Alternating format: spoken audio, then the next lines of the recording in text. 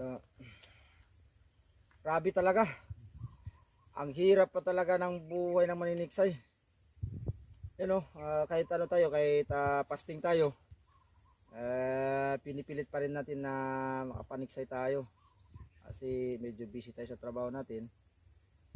Napakahirap talaga yung pinunta namin kanina. Tapos yung kasama ko, reklamo na, gutom na daw. So, okay rin naman kasi ito yung nadali namin, no.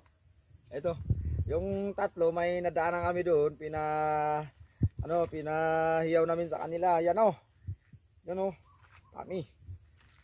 Dami ano. Oh, yan. Kahit hindi naman masyado malaki yung sukat niya, at least okay rin, hindi naman lugi yung lakad namin, 'yon.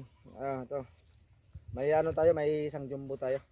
So, maraming salamat sa mga sumuporta sa akin.